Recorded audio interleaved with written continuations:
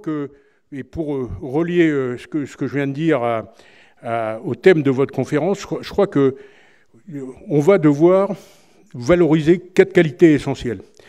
La première qualité, c'est le travail. Moi, je ne crois pas vis-à-vis... vous savez que les Chinois ont une loi qui s'appelle 996, qui est contestée, mais qui est appliquée. 996, c'est 9h du matin, 9h du soir, 6 jours par semaine. On n'en est pas là. Donc on n'en est pas là du tout.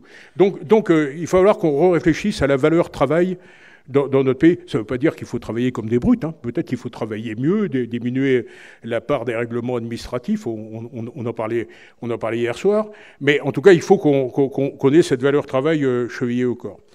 La deuxième valeur qu'il faut qu'on développe, c'est la solidarité. Moi, c'est le marin qui parle.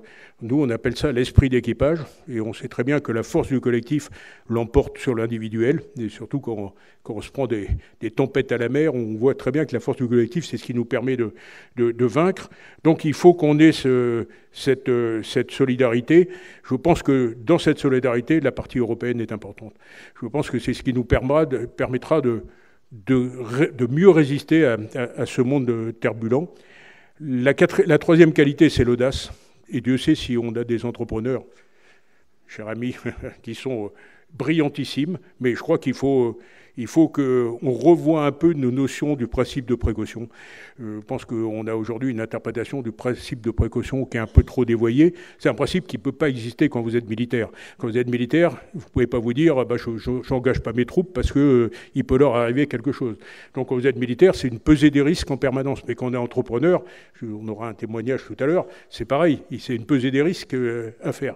Et cette audace, on doit la retrouver. On doit la retrouver. On l'a encore. Hein. Moi, je suis assez frappé de voir la qualité de nos entreprises aujourd'hui, mais il ne faut surtout pas qu'elles disparaissent sous ce principe de précaution qui sera dévoyé. Et puis la dernière qualité qui est importante, et pour reboucler avec le thème de la journée, c'est la volonté. Je crois qu'il ne faut pas céder au chantre du misérabilisme. Il y en a qui ne veulent plus croire en rien, il y en a qui n'ont même plus la volonté de croire. Et ça, c'est dramatique. Donc il faut qu'on ait cette volonté de rester un grand peuple, de rester une grande nation, et s'inscrire, comme je le disais tout à l'heure, dans cette notion de puissance d'équilibre qui prône pas la conflictualité, mais qui prône le dialogue et la démocratie. Et je crois que c'est vraiment, si on arrive à avoir ces 4 qualités-là, c'est pas gagné. Hein. Ça veut dire qu'il faudra qu'on se surpasse. J'avais coutume de dire à mes troupes, quand j'étais chef d'état-major de la marine, dans la vie, il y a 3 sortes de femmes et d'hommes. Et on les reconnaît devant un mur. Alors il y a ceux qui, voyant le mur, se disent « j'arriverai pas à le franchir », qui s'assoient et qui pleurent. Il y a les deuxièmes qui contournent le mur, et il y a les troisièmes qui défoncent le mur. Et je leur avais dit « je veux pas que vous soyez dans la première catégorie ». Et donc, ne nous laissons pas arrêter par les murs, quels qu'ils soient.